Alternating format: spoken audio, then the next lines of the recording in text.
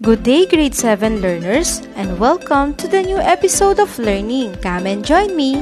Let us explore the beauty of Science 7, where learning becomes easy once we explore. In the previous video, we talked about distance and displacement. Now, let's move on to the average speed and instantaneous velocity. Have you ever wondered why different objects travel with the same distance but they take different amount of time? This is because there are some objects that are faster and slower.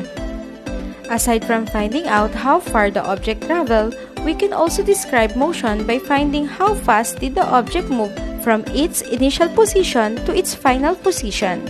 This information can be found out when we talk about the speed and velocity. When we talk about the speed, we are referring to the distance of an object in a given time interval. It means we are not referring to the directions of motion, since no direction is involved. Therefore, speed is a scalar quantity. In getting speed of a certain object, we will use the formula speed is equal to distance divided by time, or S is equal to d divided by t. Speed can be measured by meter per second, kilometer per hour, and miles per hour. Let's take a look with the example. Alvin went running at the distance of 120 meters in 30 seconds. What was Alvin's average speed? To solve this problem, let us put the given data using gaps. The given in this problem is 120 meters and 3 seconds. Then, we will find the average speed. The formula we are going to use is S is equal to T over T. Let us substitute the given value into the given formula. So therefore, average speed is equal to 120 meter divided by 30 seconds. The average speed is 4 meter per second. The average speed means it represents the speed of the participant or an object throughout its travel. On the other hand, instantaneous speed refers to the speed of an object at a particular instant. The instantaneous speed may be equal or greater than or less than the average speed. When an object in instantaneous speed values are always the same, then it means that the object is moving at a constant speed, which refer as a constant motion. Where you will be and what time you will get to your destination is easily predicted when you move at a constant speed or velocity. Are you familiar with speedometer? Speedometer is the device used to measure the instantaneous speed of a vehicle. Speedometer are important to a drivers in knowing how fast they are going so they will know if they are already driving beyond the speed limit or not.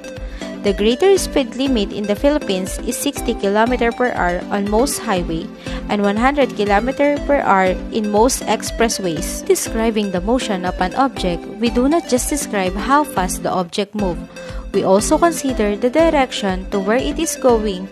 Speed with direction is known as velocity.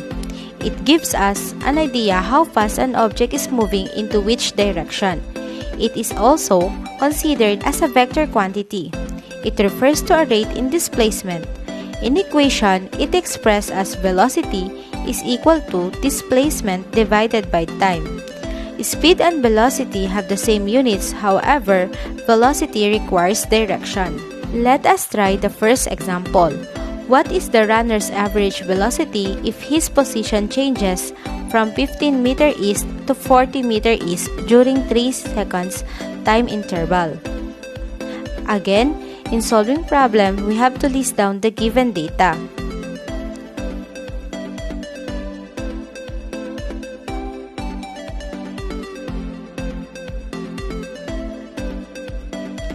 To get the displacement, we have to subtract the final position to initial position. Therefore, 40 meter east minus 15 meter east. You will come up with the answer 25 meter east. Let us substitute the given. 25 meter east divided by 3 seconds, you will come up the answer 8.33 meter per second east. Same as speed, if a velocity change in an instant direction, it is called instantaneous velocity. And if it's constantly moving at the same rate, it is called constant velocity. And that's it for today. see you again for our next talakayan.